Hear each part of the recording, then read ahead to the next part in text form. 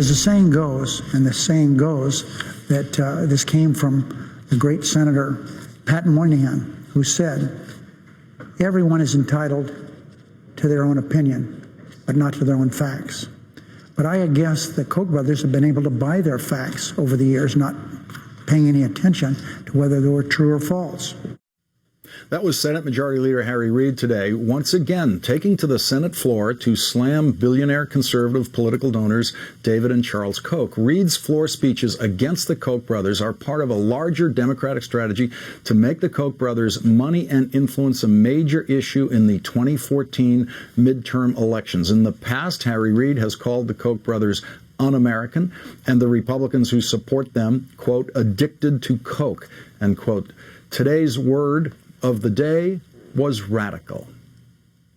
When Senate Republican senators rush to defend the Koch brothers, they're also defending the Koch brothers' radical philosophy. And it's radical. How do we know it's radical? Because they said it's radical. They said so. I'm not making those words up. They said, one of the brothers kept harping on the fact that he has a radical philosophy. And they do. So I ask my Republican colleagues in the Senate, is even one of you willing to stand up and disavow the Koch brothers' radical agenda? It's radical. It's radical because they say it's radical, and it is radical. All you have to do is look at it.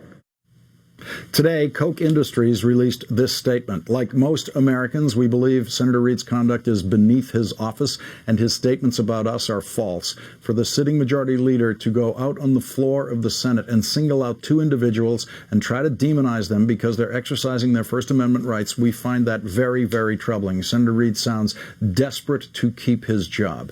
Joining me now, Alex Wagner, host of MSNBC's Now with Alex Wagner, and MSNBC senior political analyst David Axelrod, a former senior advisor to President Obama. Alex, is this a little too inside for a game for the general public? Harry Reid talking about these contributors to Republican causes who, and most of the kind of swing voter types out there wouldn't really know about these guys. I don't know, Lawrence. I think money in politics is something that a lot of Americans have just come to assume is going to be part of our political process. But manipulating democracy, I think, makes everybody a little bit uneasy, or a lot bit uneasy.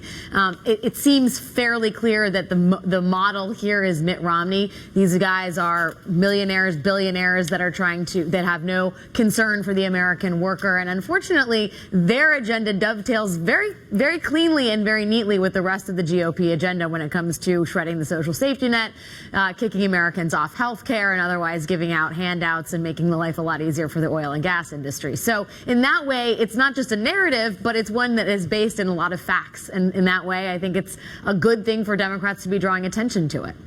Yeah, and if you don't know who the Koch brothers are, if you don't remember their names, what Harry Reid wants you to remember is what they're trying to do, which is, as he puts it, buy Congress. Let's listen to the way he put that.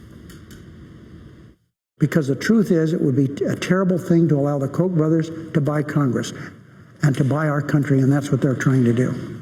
But it would be catastrophic to allow the Koch brothers Congress to devastate the American middle class and their richest take-all policy agenda. David Axelrod, it is a very unusual strategy to make contributors to the other side the primary focus of your, in effect, campaign speeches. It's also an unusual strategy for people to spend hundreds of millions of dollars of their own money to influence elections. So this is kind of a unique situation.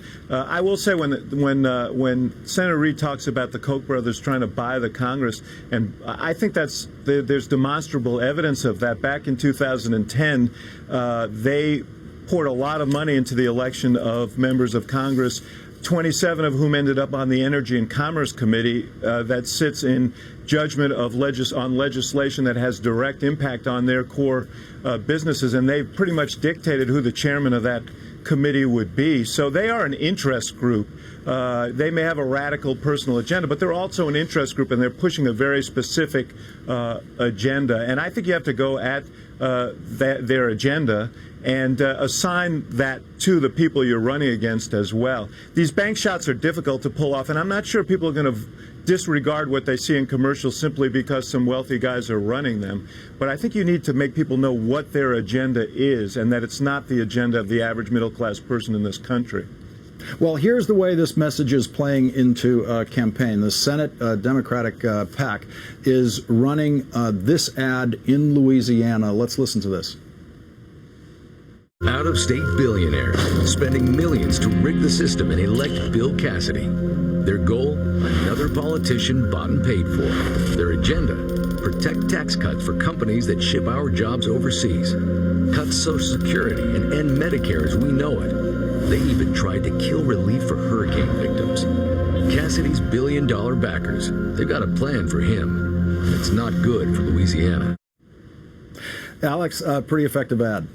Yeah, I mean, look, the narrative is a powerful one. I would also say, Lawrence, I mean, I think this is as much for Democrats as it is for Republicans, right? I mean, the traditional problem that Democrats have had in midterms, off-year elections, is getting turnout and sort of communicating a feeling that the stakes are high.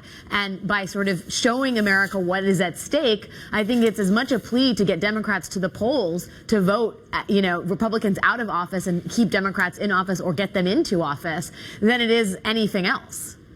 The Ukraine bailout package is being stalled now in the Senate because there are senators backed by the Koch brothers who are saying, well, we don't want to pass this unless we also pass adjustments to the 501c4 regulations to make sure we can continue to abuse 501c4 organizations, tax-free organizations, and using them in political fundraising. Let's listen to what John McCain said about his own Republican colleagues slowing down, blocking the Ukraine package based on this.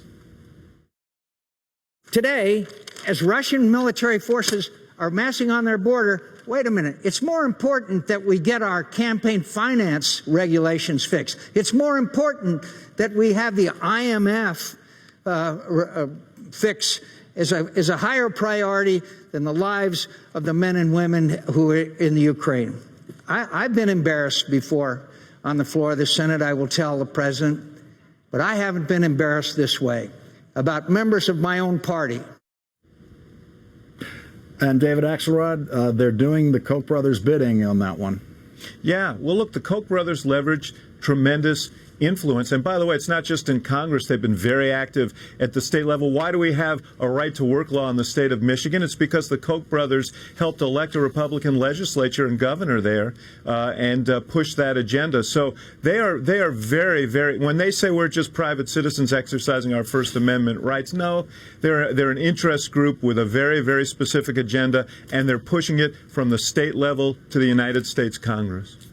Alex Wagner, the other way to look at this is I've been questioning, can you really take these background players and make them foreground players? Is what took the Democrats so long? These guys have been at this for a while, and when you see the way that ad plays out, you kind of wonder what did take them so long to get to this kind of attack mode. Well, yeah, and Lawrence, if we look at the funding and the sort of brain trust in and around some of the most repressive anti-democratic legislation that's being passed around Senate state houses all over this country, whether it's voter suppression laws, whether it's energy policy, whether it's immigration laws.